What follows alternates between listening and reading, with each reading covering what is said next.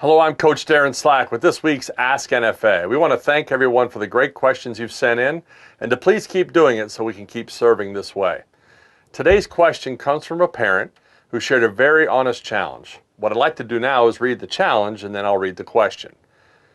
My 11-year-old son attended your camp and he absolutely loved it. He learned a ton. His mechanics and throwing ability are simply amazing in practice. However, in games under pressure, his mechanics change and he's making some really bad throws. Do you have any advice on how to help him stay calm in the pocket at his young age? Now, let me just say this. Thank you very much for your honesty, as I know there are many folks probably wondering the same thing for their sons.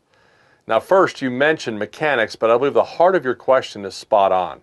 How can I help my son stay calm in the pocket at his young age? Now, what you're asking goes more to mindset than mechanics, so we're going to need to approach this on two levels. One, a very practical level, and then a second one, a slightly deeper level. First things first, let's get on the same page. At the youth level of football, the concept of the pocket is very fluid, and likely not a consistent thing we have for youth quarterbacks. Neither is the concept of a young man being calm. So let's start by accepting that we probably need to ratchet down our expectations for this process and be patient to endure the arduously slow process of progress in youth football. It's painful, I know, but there are some things we can do to help speed it up. We just have to recognize that it may not go as fast as we want. In most cases, when a youth quarterback drops back, he isn't looking downfield. He's moving backward with a keen eye out for which lineman in front of him is going to fail in his block. In other words, he's probably not looking to set his feet and go through his progression. He's more than likely determining an exit strategy before he even hits his last step. Now, knowing this, and I'm sure you've already done this a number of times, we need to talk him through the concept of timing. If he's throwing the quick game route, a slant, a hitch, or a quick out, that is supposed to be released on rhythm in the three-step drop, he needs to know he should be able to get the ball out of his hand before he's hit by any penetrating lineman. This also leads to the more difficult part where he needs to steel himself to the reality that he may need to step into an oncoming defender. Now, he needs to know that his only contribution in that situation is a great effort to take a proper three-step drop, stay under control, elevate his elbow over the shoulder to zero quickly, and extend to the target line on the finish. He must understand that this is not his fault if he gets hit in the process of throwing. Now, many young men feel an obligation to try and make something happen, and this thinking must be altered to serve the team, not his sense of trying to be a hero. If it's a longer pass, he needs to know his progressions as determined by the coach, and I would suggest you tune into my answer on episode 7 of Ask NFA, where I discuss the use of the R4 system to assist in faster, more confident decision-making, especially in young quarterbacks. Finally, on those longer passes where pressure is coming, he needs to know his gap escape strategies, uncover, and make a play. The question is, does he have the courage and calm to stand in there and take the hit and make the throw anyway? Which brings us to the slightly deeper level of this issue, and what I've experienced more often as the real reason that mechanics and discipline don't easily translate to the game for a young quarterback. Now, there's a deep place inside a quarterback that only he can go to make that decision to stand in there and deliver the ball. Not everyone can do that. Even some of the most vicious linebackers I met in the past in the game wouldn't be willing to stand there and take that unprotected hit like that. He needs to know that he's in a small group of people who have the kind of resolve to do that.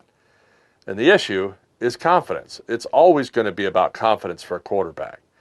Confidence in any young quarterback is built in two ways. Number one, his assurance of authority figures' belief in him, and extending from that, his belief in himself and his teammates. And the second way is his knowledge of the why behind what he does as a quarterback that informs his skills. Now, we'll leave the second one, his knowledge of the why behind the mechanics, for another day, because your son seems to have a pretty good feel for what he's learning from us.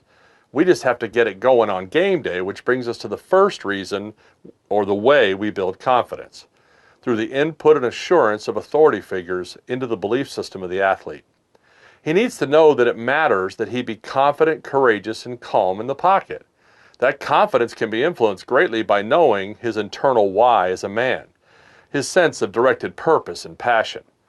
Every man, even young ones, want to believe that they're important to something bigger than themselves. If they don't sense this or feel they don't matter, they're less likely to project confidence, especially at an early age.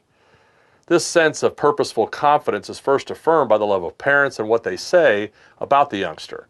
It's grown through the connection to other authority figures who reinforce that. In this case, coaches who need to build on that foundation that's set by the parents.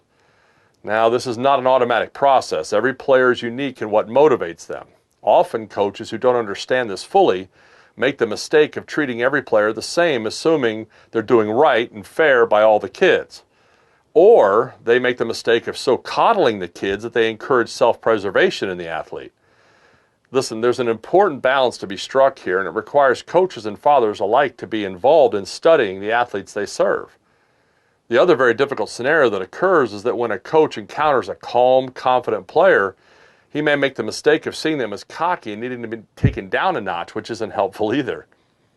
If we're talking about rules, yes, treatment of all the athletes should be the same. But instilling confidence requires a keen sense on the part of the coach and the father to know what triggers a young man's sense of importance in himself. Better coaches and fathers appreciate this nuanced balance of fairness to all and focus on the individual, and they excel at it. Unfortunately, that's becoming rarer today because it seems some coaches and fathers are more likely to spend more time studying the game than their kids who play it. So where does this leave us in building calm and confidence at the young age in quarterbacks? Well, dads need to engage their quarterback sons on a deeper level to understand why he's switching up his game under pressure. This needs to be done gently and carefully. Young men are extremely sensitive to their father's opinions and views of them. Any harshness or intense critique not saturated in affirmation can open wounds that don't heal quickly. Things like impatience, irritation, exasperation, disappointment, and frustration are all deal breakers to this process. Now, here some fathers may say, well, I'm not a touchy-feely guy, Coach Slack. That's not how I was raised, and I'm going to be tough on my son. He knows I love him. That may all be true, but it doesn't justify our unwillingness to serve our son's needs over our own. Young quarterbacks are usually very intelligent and perceptive of hypocrisy in leadership. We must be willing to be what we ask of them, and that may require a change to our approach as fathers to them. The calm in a young man under pressure comes from confidence driven by rightly ordered purpose and passion. This isn't a touchy-feely thing, it's a leadership thing.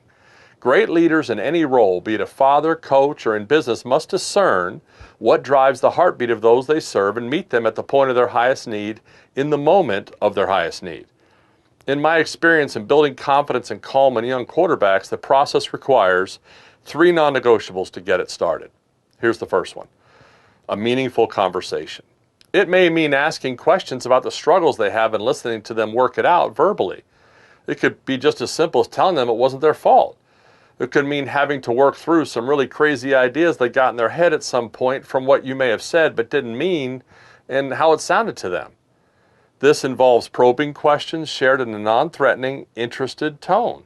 The questions should be prefaced with things like, okay, son, if you knew I wouldn't get mad or defensive, or if you were really allowed to be honest about how you felt and knew you wouldn't get in trouble and no one would think less of you, ... Or if you could just say what you were really thinking about why you keep faltering and no one would get on you about it, ... At first they may resist in fear or doubt or concern that you're going to get on them, but typically it comes out, and don't be surprised if answers are accompanied by tears. They are sometimes tears of frustration, embarrassment, and discouragement, but all the tears are anchored to passion. They usually have held what they're truly feeling inside so long that when it finally comes out, they're just relieved and the tears flow. Don't be surprised and don't be alarmed by it. Listen, I've interacted with literally thousands of young men and hundreds on a personal level, and most at some point or another have teared up when I've engaged them this way. I have this conversation privately, away from other players or parents, and I would suggest you do the same. It's a great opportunity to learn the heart of the young man. Young men possess tremendous passion, and it must be respected and handled very carefully and professionally. A meaningful conversation is a great start to understanding what makes a young man tick, and it's perfect for learning his triggers for building his confidence and his overall sense of calm. When he senses you respect his passion and feelings, even if they aren't the way you are as a person or how you feel, he'll typically respond faster and on a much deeper level to your expectations the next time you give a command. As an added benefit, he'll likely calm down because he feels a bit more sure of himself because he's got someone on his side. But the talking alone isn't enough to get to the point you need to be. There are two more critical elements that must be included in this meaningful conversation, and they're the other non-negotiables. Number two, a compassionate understanding identification with their pain. Every man can relate to the pain and self-doubt a young man shares. This is critical to the process of restoring a quarterback's confidence. A short story, a humorous self-deprecating anecdote, a wise quote, or a simple nod in agreement all go a long way to settling a young man down under pressure. You can even do it in a game, and you'll find it helps a great deal. Letting him know he's not the only guy to ever feel this way and that you felt the same way is both surprising and reassuring to them at the same time. Remember, young men believe coaches and fathers rarely experience failure or make bad mistakes, so transparency is invaluable to them in these moments. Now, you don't have to be a psychologist or a counseling expert. You need to be authentic and real. Kids can spot a phony and preachy person a mile away. You want to help your quarterback's confidence? Be real and honest about your failures. They don't want you to be perfect. They want to see and hear how you failed like them. It makes you approachable, credible, and trustworthy to them, and they'll be more apt to come to you in the future sooner. Let's talk about the third one, an affirming, strong encouragement. Finally, young men appreciate coaching but don't necessarily need an answer from us. They can figure it out. They need assurance and reassurance. They need to know that their mistakes and failures aren't impacting the fate of humanity. They need to know that they can still make a difference despite their failure. When a young quarterback is struggling, he doesn't need trite statements that make light of or ignore his pain. Telling them, oh, football's just a game isn't the answer, because it's more than that to him. It has to be. He sees it has to be that way from the way you act toward him. He knows it matters, so just saying it's a game doesn't work. You need to tell him things like football matters because it's revealing the genuine man you're becoming to everyone. It matters because you're learning the mental and emotional toughness required to lead others, and I'm proud of the effort you're making. It matters because you're being what you promised you would be for your teammates. They need to know that what they're trying to do matters to someone that matters to them. That's you, Dad. That's you, Coach. Now, dads, you're the ones who matter most, so it starts with you. Coaches, the scoreboard to a youth kid matters so little compared to how you make him feel when he plays for you. Just remember that every young man, no matter his talent level, regardless, is wearing a sign around his neck that says, "Make me feel important." When you are actively encouraging a young man, you are doing just that. However, when you're encouraging them, you must be specific or they won't believe you mean it.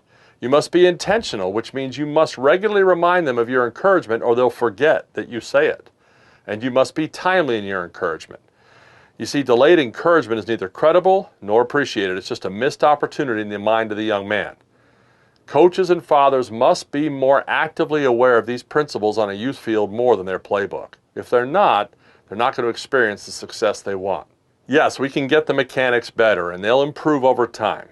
But I bet if you asked your sons what they think they're doing wrong, he can explain all day long where his mechanics are failing. But if you want a young quarterback to be calm under pressure and to be more mentally and emotionally tough, then coaches and fathers will need to be willing to go past the mechanics into the mindset of the young man and explore and influence his reasoning. It's a slower, sometimes more confusing process, but it will produce valuable returns if it's done properly. And I believe it all begins with a meaningful conversation, an identifying compassion, and a strong affirmation. Now, it's not a one-time thing, but if it's done over and over again in a chain-moving way, 10 yards at a time, I promise you things will change for the better, and you'll see that growth much quicker in his maturity. I hope that helps you some, and we wish you all the best, NFA Nation. And remember, at NFA, we'll make you better, faster.